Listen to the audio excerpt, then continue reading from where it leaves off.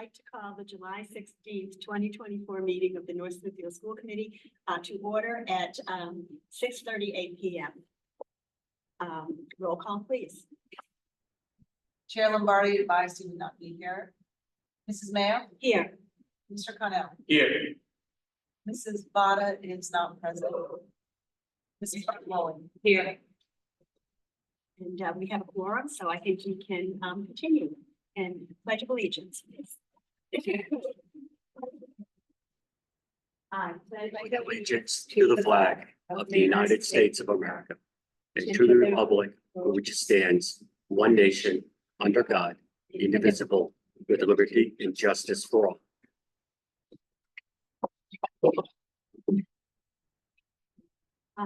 Is there anyone here who would like to speak? I don't think that if anyone would sign that. No. Okay, all right, then I think we will move on. And the first thing is the consent agenda. Does anyone want anything removed from the consent agenda? I would like to remove 5. I just have a couple of questions. Okay, I also had some questions about number 5, part A. So we will remove that. I'd like a motion to accept the consent agenda, except for number 5. So moved. Second. All in favor? Aye. You guys have it. Debbie, would you like to? So reading through the revised policies and protocols, my question is, and I don't know if it addresses this, but I found, in the consent agenda, we sometimes have, well, we usually have RFPs such as the gym floor or the air conditioning and such. And so when we were at the town council meeting and I was sitting with Jean, the council questions us, or they did question us on the air conditioning. Correct. They questioned the gym floor and so forth. And because it falls under the consent agenda, I don't think we had enough discussion. And we both sat there not knowing why we were asking for these thousands of dollars. So I don't want it to always fall under that consent agenda. Okay. So we can have that discussion. So when we go before the council, if we need to, if Alan's not there or you're not there, we have the information. That's my only concern. No, that sounds fine. So, we can update something. We can go, however you want to handle it. I mean, if there are certain things over a certain amount of money, or if a project is at a certain level, maybe we just highlight that separately for discussion as opposed to putting it within the consent. I think that works. Yeah. I think that works because I felt uncomfortable sitting there not having an answer to that. Yeah. So think, yeah, if there's a bid or an RFP, Yeah. and it's of a significant amount of money, not that sort of, that $5,000 range. And then- it has to be furniture. Right. And things such as that. Mhm. Anything that we may need to ask the council. Perfect. And so we could move that under new business. So, something like that. Why don't we just from now on put it under new business? If it's a joint school committee, town council, larger project, that sounds good. So does that affect any of these particular I revised policies? don't think so. I just wanted to address that and because the consent agenda was part of that in the description. Sure. So that was all. Excellent. Yes.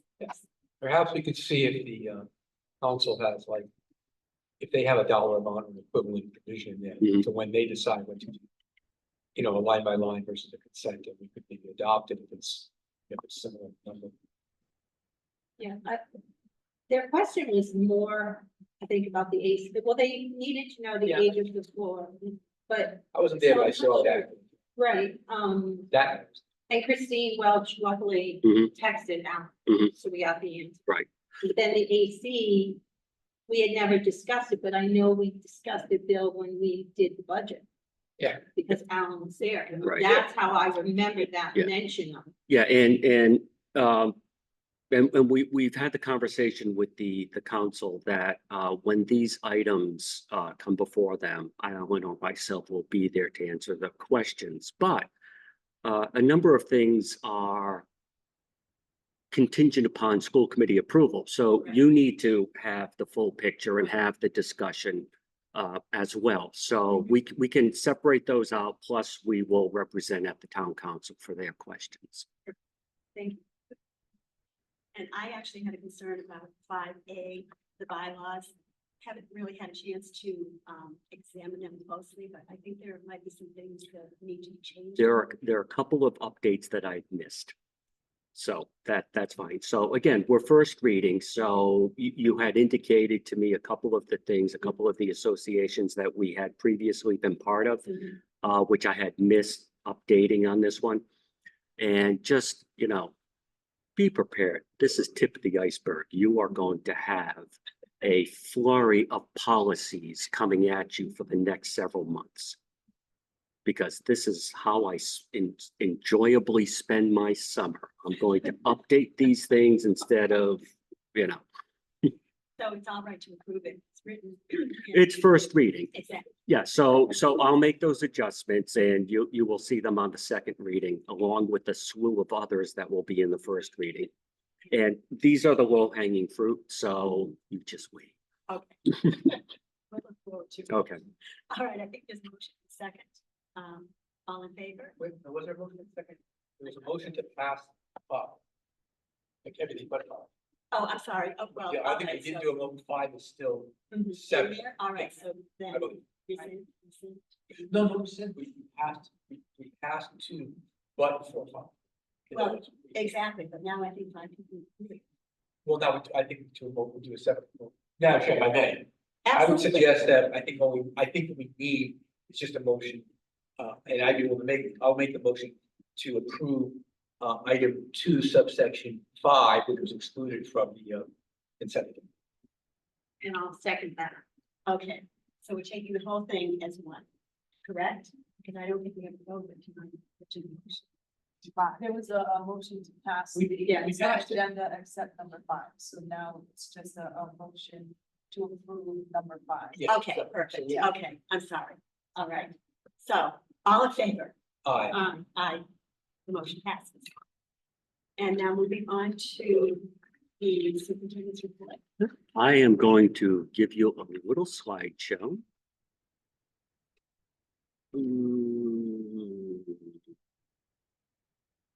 I think I can do that. Share my screen and I'll switch over.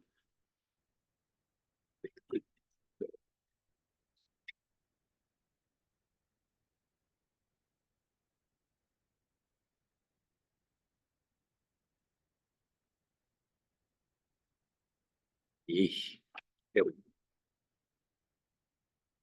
I spoiled the ending. So what I wanted to do is just to give you an overview of the projects, facilities that we've been working on over the summer.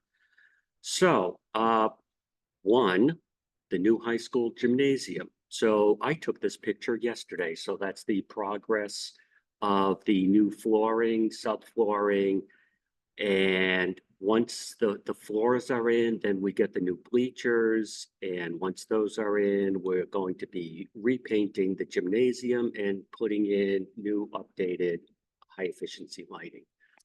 So it's a huge project. And these guys, there's usually a dozen at a time working in 90-degree heat, and they're just plowing right through it. And it's just looking fantastic. The other renovation happening up at the high school is a refresh of the library media center. Now, and that's being done in-house. So if you take a look at the top left-hand side of the screen, or even in the middle there, those are the original bookshelves from 1960s, whatever. They were beaten up, they were in very rough shape. Sanded down, painted, refinished. We can reuse the bookshelves. You get a close-up view here. This back here, if you remember, you walk in through the library on the side here and you look at this side wall. Bookshelf straight across. Lo and behold, there are windows behind it. There are other rooms in the back that can be used as little conference spaces, little meeting spaces. These bookshelves are being removed. They're going to be cut down. They're going to go at the bottom of the windows, and it's just going to open up the library. Additionally, these are some of the new carpet samples. And so it's going to get new flooring as well. And this furniture actually came from the North Smithfield Public Library when they had their renovation project. We're moving those out and we're getting new furniture for our library. So it's going to look so much better, more open, brighter, more integration with the technology because it's a library media center. Also at the high school, one of our computer labs for the business department it's part of our career and technical program for business marketing and finance is getting a major refresh as well. So this picture here with all the computers and the desk, that was taken yesterday. This was taken this morning, and John and Ed were busy hauling everything out, removing things from the wall.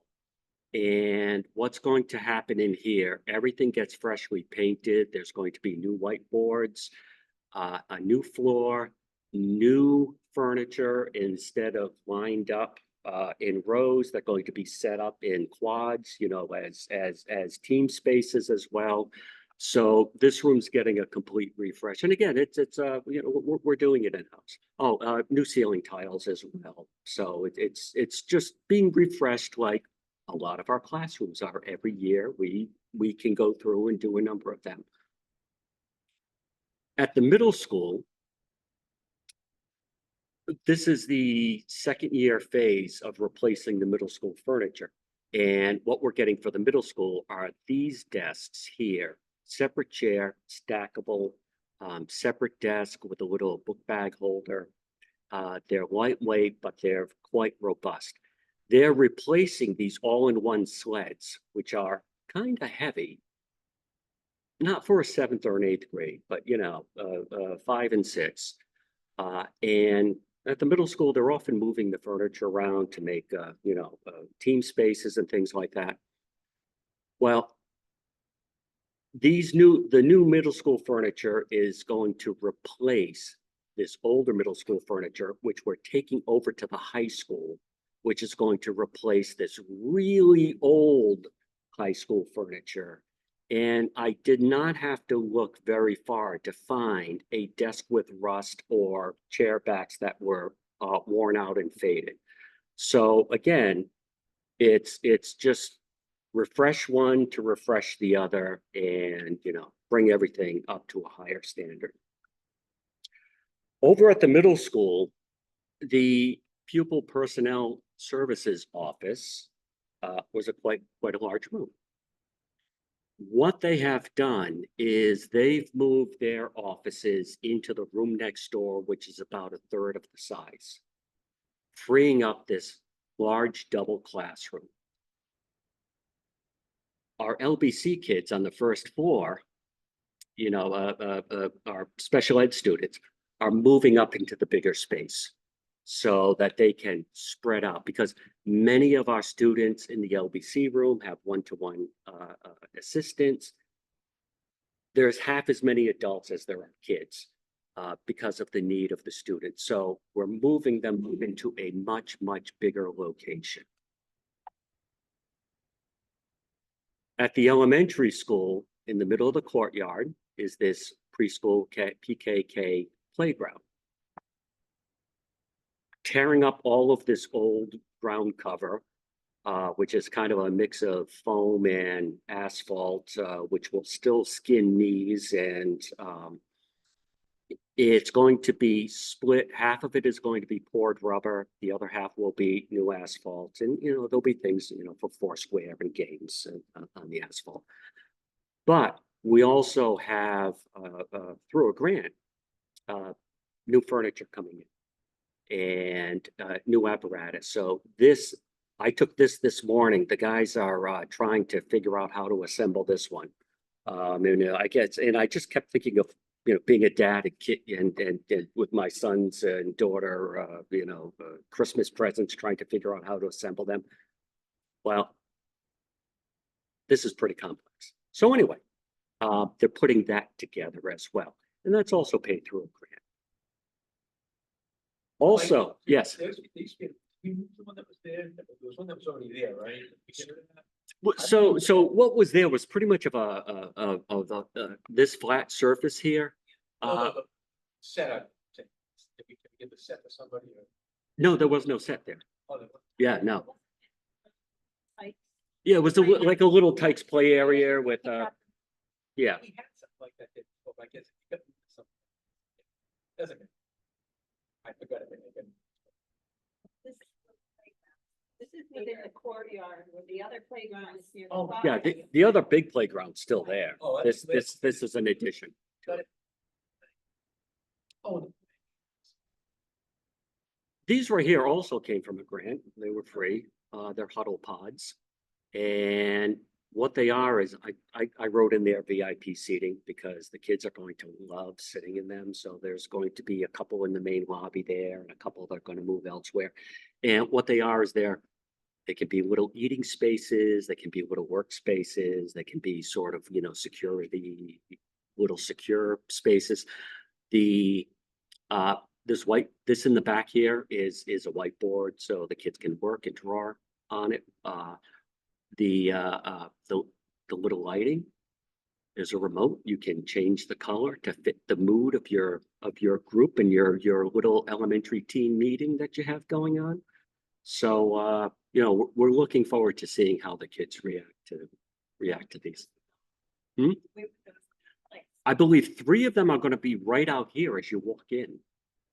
All right, and 2 of them, I keep missing Jen. I don't library or another part of the building.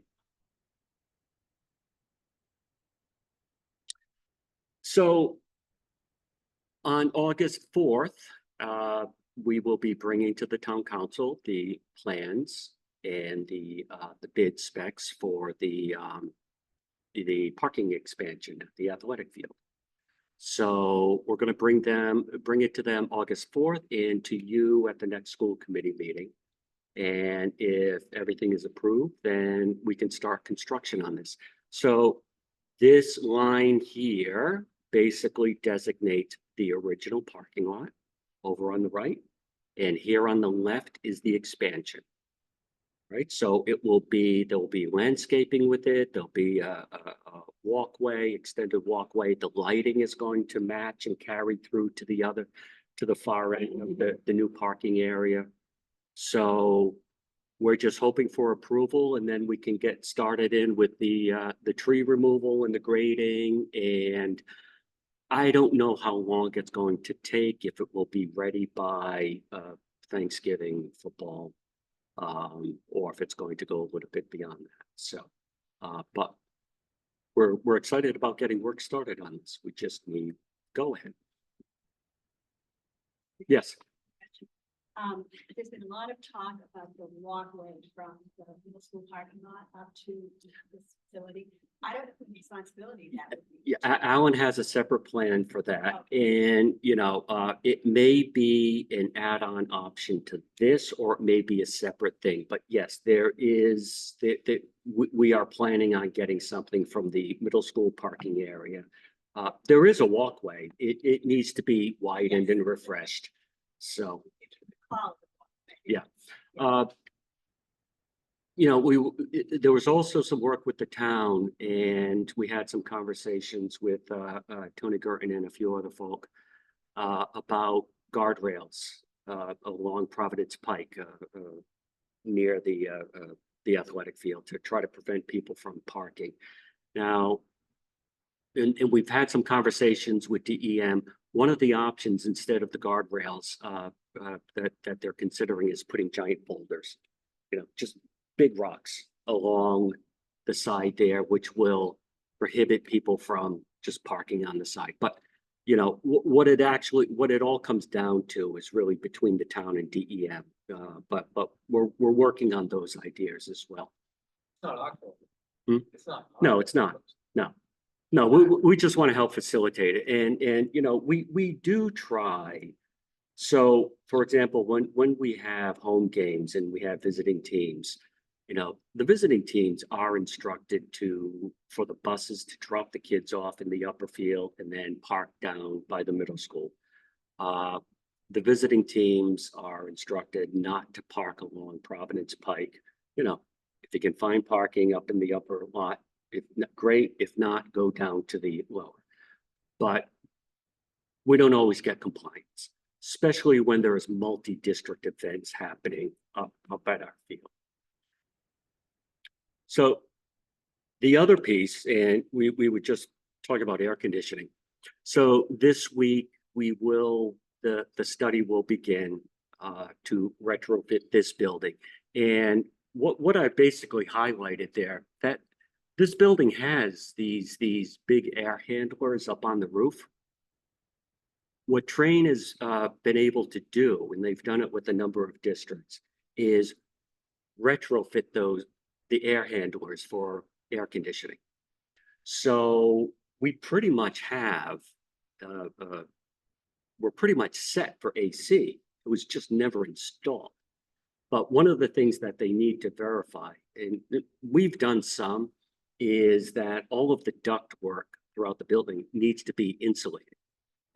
We've checked, and there is insulation, at least in the sections that we've seen.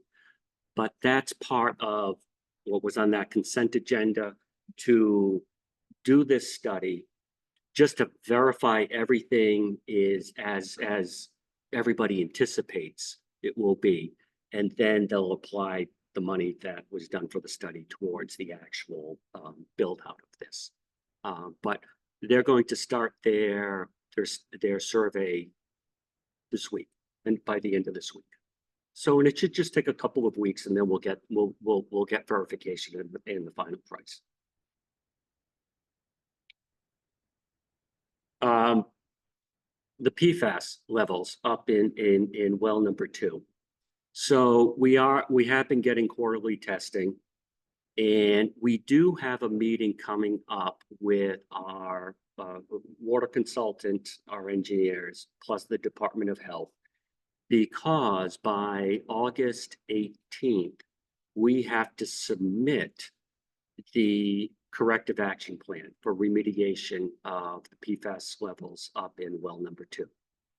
So right now, we have 2 wells, and what we've been doing all year is adjusting the timing and the flow, drawing from each well, and emphasizing well number 1, which is at like 3 parts per trillion, and de-emphasizing well number 2, which, as you can see, and the last test was 82 parts per trillion, so that what comes into the school is only 14 parts per trillion, which is below the level of compliance, which is 20 parts per trillion. Now, obviously, we want to get it down even lower. So we're going to have the plan together, which we will propose to you as well, and propose to the Department of Health. But understand too, is that we have been allotted a federal remediation grant for this, upwards to $650,000.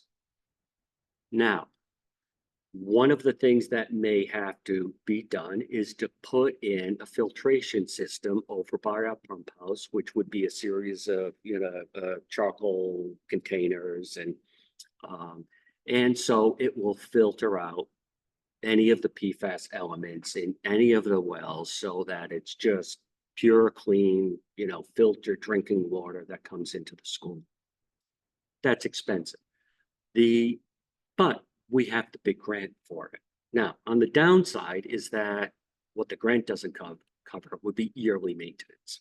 So, every year filters, has to be inspected, filters replaced, and I don't know exactly what the ongoing cost would be. Or what some of the engineers put out there is that maybe we just dig a new well somewhere else. So, and that's a possibility, and then close out that well, with the higher levels. Again, I leave it up to the engineers, I leave it up to the Department of Health as the best way to go.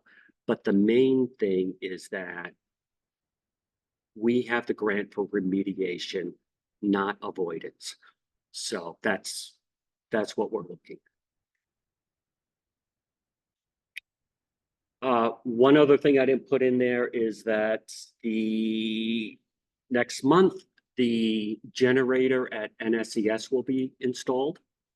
And so that's going to be wonderful when we lose power. And it's not necessarily a generator that's going to, power the entire building when it's out, but at least keep the water circulating and the furnaces going. And so we've had issues where we've lost power over the winter and pipes have frozen.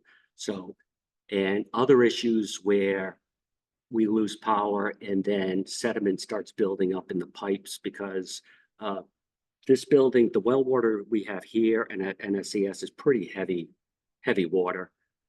So it's prone to corrosion, but there's also, a buildup of sediment if it's not flushed through. It's good water, it's tested all the time, but it's heavy water. So that generator will be going in, and that's offset by RIDE, as is the parking lot.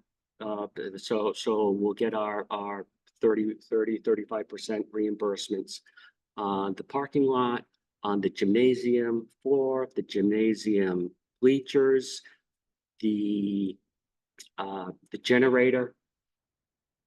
And what I wanted to leave is that we don't have air conditioning throughout our buildings. It gets to be 90 degrees inside, yet our custodians are hauling furniture out of classrooms and they're waxing and polishing floors and cleaning the furniture when they put it back. So they have been working hard. They are exhausted at the end of the day. Billy, I've never seen that man so sweaty in my life. And he is, but they're just doing an amazing job preparing our buildings for opening. So that is just a few of the things we've been doing for the facilities this summer. That's great. Really. How's the wax drying under this heat? Is that a problem? Yeah, so we have these big these fans that are just constantly blowing in these areas to try to get these things to cure faster.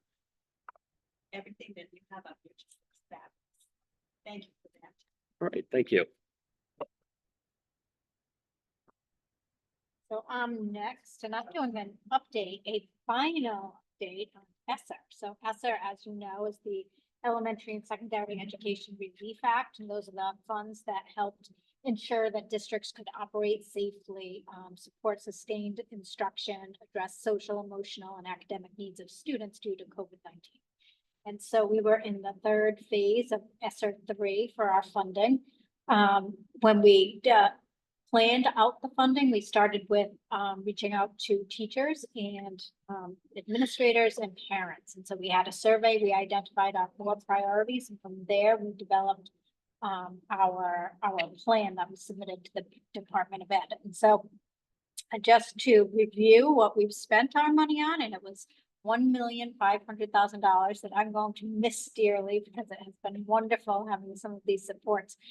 But when we made our plan, it was first and foremost, what can we do for our students? And so getting to work with instruction. And so we had few years worth of summer programs. We had high impact tutoring available to students. The funds paid for instructional assistants in our classrooms for our little ones, mostly first grade. Our extra reading support, assistance counselors over the years, math interventionists.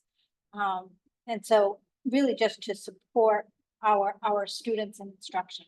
And then the next piece of it, and the next component that we did, we used the funds for initiatives that we knew it will benefit us from years from now, as far as curriculum and instruction. And that's when we updated our elementary math curriculum. We updated the science curriculum this past year. And those materials, honestly, we had to update because of the new laws and regulations about high quality instructional materials. And so it was great timing for that. So we updated some of our curriculum materials. And we also supported our professional development with the Right to Read Act. And I updated you all over the last couple of years about the Right to Read Act, which is professional development for our teachers to support students with disabilities or dyslexia or just some reading deficits.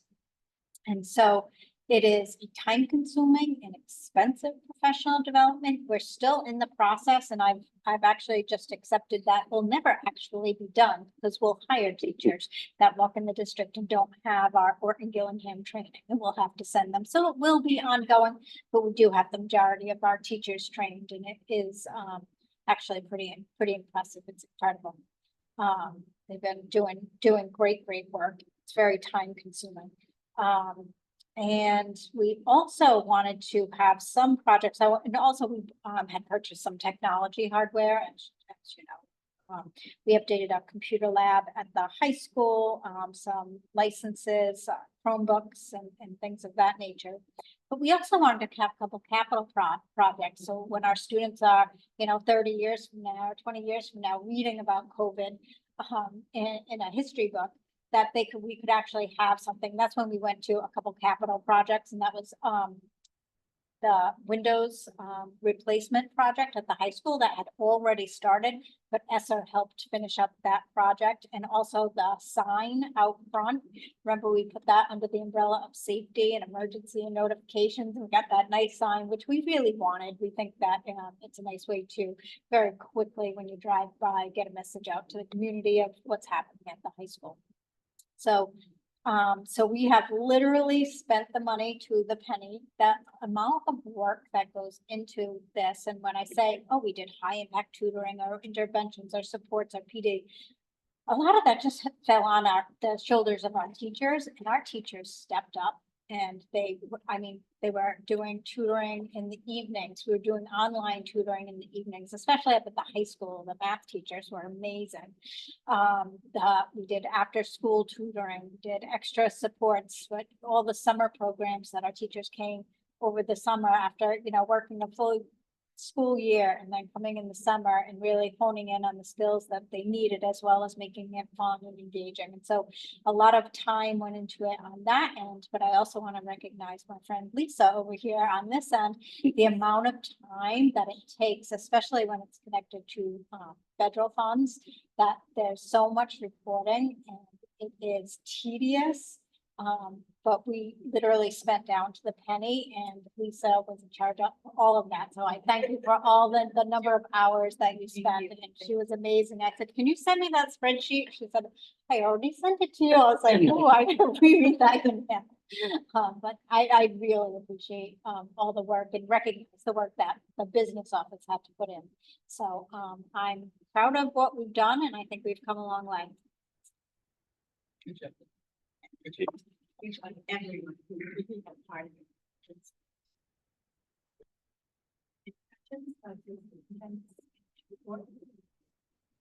No, I just had that. It's really good that we always kept the district kept an eye on the ESSER funds we had. Because I hear a lot of districts are, dependent A whole. and they're dependent on it. And now it's like the money's running out and they're experiencing shortage. We always used our stuff. We used it was supposed to be for supports. it's just good to know, we're having a smooth transition, you know, not that you do a good job, people don't notice it because it's a smooth transition, but you see other districts that relied on the money for other things, now they've got gaps that they're trying to fill. And it's, not that we want things to happen, it's just that did it the right way, which is good. The district did it the right way. That's really a credit to our staff and our Absolutely. teachers, all of them. It equates to that, and we have wonderful people working for us, so thank you very, very much. Moving on to the informational section, are there any questions or comments on anything there? And I know, Which, talking about wonderful people working for us. You know, Rosaria, oh, we're gonna miss her. She was just an amazing math interventionist, you know, but she found a place closer to home. So, but we're sad to see her go. However, you know, you can see we have a number of new hires and they're all top notch. You know, we're very fortunate at the caliber of applicants we have to come here to work here in North Smithfield. You can also see the extracurricular appointments on there. So many of our teachers stepping up and doing so much more after school for the kids. Weekends and the coaching appointments, you know, we have some amazing coaches. And, you know, again, people from the community just coming out and just working with our kids and they're certainly not doing it for the money, although, and I'm just gonna put a little tag here for now. We need to address the coaching, you know, stipends, and I really want this, I'm hoping that this is the last year that they're at the current rate. We're gonna have to roll something into the budget moving forward because we're paying way under many districts, and I'm afraid we will, and we already have lost some good people because they can coach team in another district and get paid significantly more. But yes, we're going to need to address that. So little bookmark for the for the next budget season, you know, not as if we didn't have enough PTSD over the last one. So I appreciate that. With the successes, especially that we've had. yes, I think the coaches need to know how much we appreciate. what they do. absolutely. Thank you. Any questions? Then I think moving on to old business. Any updates on the fiscal year 25 operating or capital budget? No, we're just implementing the numbers. Okay, got it. Very good. So there's nothing that we have to do.